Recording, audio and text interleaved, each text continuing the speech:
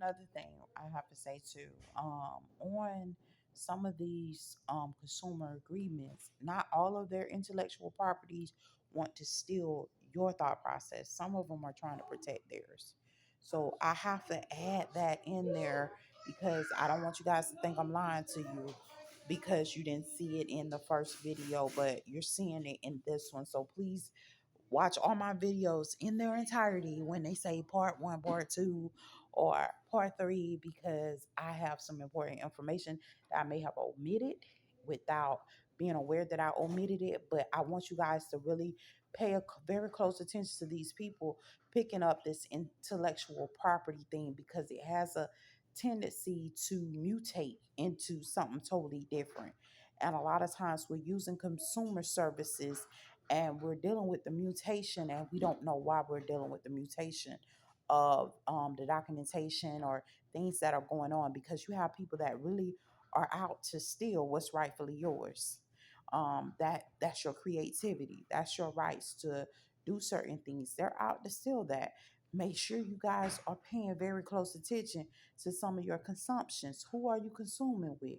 What are their beliefs? You know, sometimes we consuming with the devil. We rolling with the devil. We don't even know that we rolling with the devil, but we rolling with him. We have to really take into consideration these people ethics, their beliefs, their policies. What are they trying to do?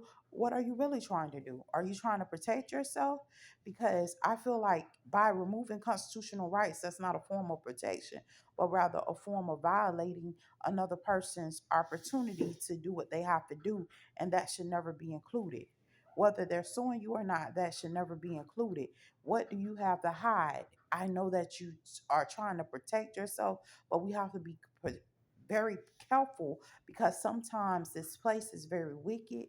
They're teaching you procedures and processes that most evil companies are using that are not for the people, and you're just blending in because you're thinking that okay, well, this is a way to protect myself.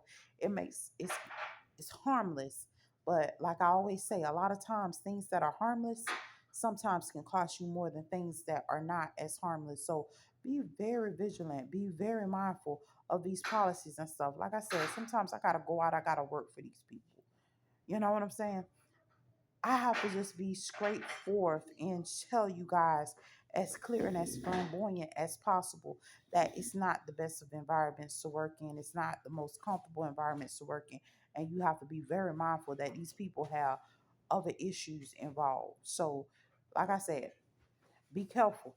Some people are trying to protect themselves with this intellectual property thing. Some people are trying to enslave people with it. You be careful because trust me, it is a lot going on with it. And yes, I'm definitely calling some ethics on these different situations and definitely want you to view them in their entirety. Why would I want to waive my right to a jury? What are you planning to do that are so bad? What are you planning to do that is so bad that you won't want a jury and I won't want a jury either? We will want arbitration. It's a problem there, man. Let's stay woke.